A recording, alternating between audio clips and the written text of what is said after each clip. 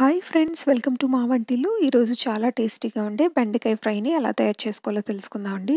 ఇది చాలా సింపుల్గా, ఈజీగా తయారు చేసుకోవచ్చు. అలాగే చాలా టేస్టీగా కూడా ఉంటుంది. దీనికి ముందుగా బెండకాయలు తీసుకొని ఇలా చూపించిన విధంగా సన్నగా పొడుగ్గా కట్ చేసుకొని ఉంచుకోవాలి. ఇలా అన్ని బెండకాయలు కట్ చేసుకున్న తర్వాత ఒక బౌల్లో వేసుకోవాలి. ఇప్పుడు ఒక హాఫ్ స్పూన్ జీలకర్ర పొడి, ఒక హాఫ్ స్పూన్ చాట్ మసాలా పొడి వేసుకోవాలి. అలాగే ఒక పావు స్పూను పసుపు వేస్తున్నాను. ఇక్కడ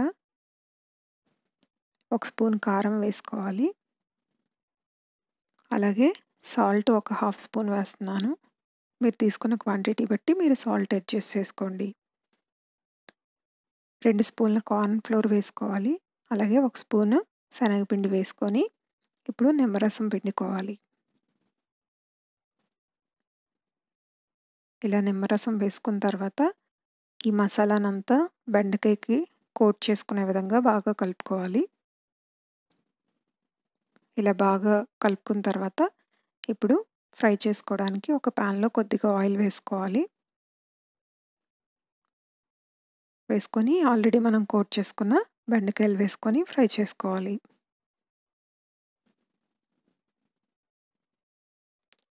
సో బెండకాయలు మనకి చాలా తొందరగానే వేగిపోతాయి. మరీ అంత ఎక్కువ టైం ఏం పట్టదండి. సో కలుపుకుంటూ వేపుకోవాలి.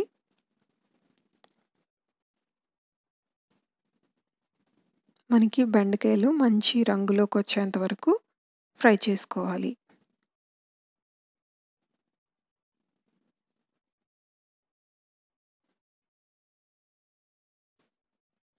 సో చూసారు కదా, మనకి బెండకాయలు ఇప్పుడు మంచి రంగులోకి వచ్చి ఫ్రై అయిపోయి ఇంకా సర్వ్ చేసుకోవడమే. సో టేస్టీగా ఉండే బెండకాయ ఫ్రై రెడీ అయిపోయింది. సో ఈ రెసిపీని మీరు కూడా తప్పకుండా ట్రై చేయండి. అలాగే మీకు ఈ రెసిపీ ఎలా అనిపించిందో నాకు కామెంట్ సెక్షన్లో కామెంట్ చేయండి. ఈ వీడియోని లైక్ అండ్ షేర్ చేయండి. Thanks for watching. Please subscribe for more videos. Thank you.